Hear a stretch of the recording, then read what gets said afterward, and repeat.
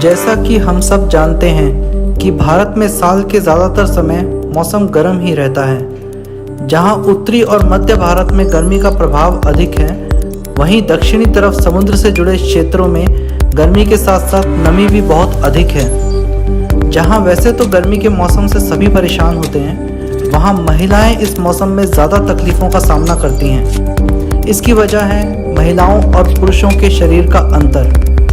गर्मी के मौसम में सूरज की गर्माहट सीधा हमारे सर पर पड़ती है। इस गर्मी को संतुलित रखने के लिए शरीर का निचला हिस्सा ठंडा होने लगता है। महिलाओं के शरीर का निचला हिस्सा अर्थात उनके जननांग में पहले ही नमी होती है। उसके साथ साथ जब वह हिस्सा ठंडा होने लगता है तो वहाँ गांठ बन जाने की, पसीने और कीटाणुओं से संक्रमण हो जाने की, यहाँ तक कि कैंसर के पनपने की संभावना भी बढ़ जाती है। ऐसे में उनके शरीर में हार्मोन के संचार और माहवारी में भी परिवर्तन होने लगता है। शरीर का पूरा संतुलन बिगड़ने लगता है।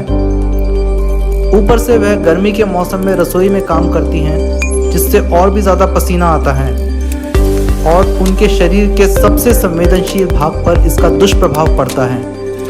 इन समस्याओं को लेकर भारत में ना तो समाज और ना ही ज़्यादातर महिलाएं जागरूक हैं। इसलिए वह किसी से इन समस्याओं के बारे में बात भी नहीं करती, ना ही किसी स्त्री रोग विशेषज्ञ के पास जाती हैं। इस सब का कारण यही है कि भारत में महिलाओं को अपने शरीर के निचले हिस्से में गर्माहट पहुंचाने का कोई माध्यम नहीं है।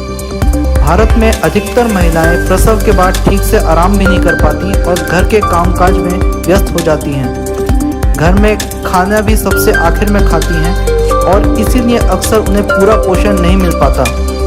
गर्भावस्था में भी ज़्यादातर महिलाओं को पोषण नहीं मिल पाता, इसलिए प्रसव के बाद वह कमज़ोर हो जाती हैं और अक्सर बीमार रहती हैं। भारत में अभी तक महिलाओं को ध्यान में रखते हुए चिकित्सा क्षेत्र में कोई विकास नहीं हुआ है।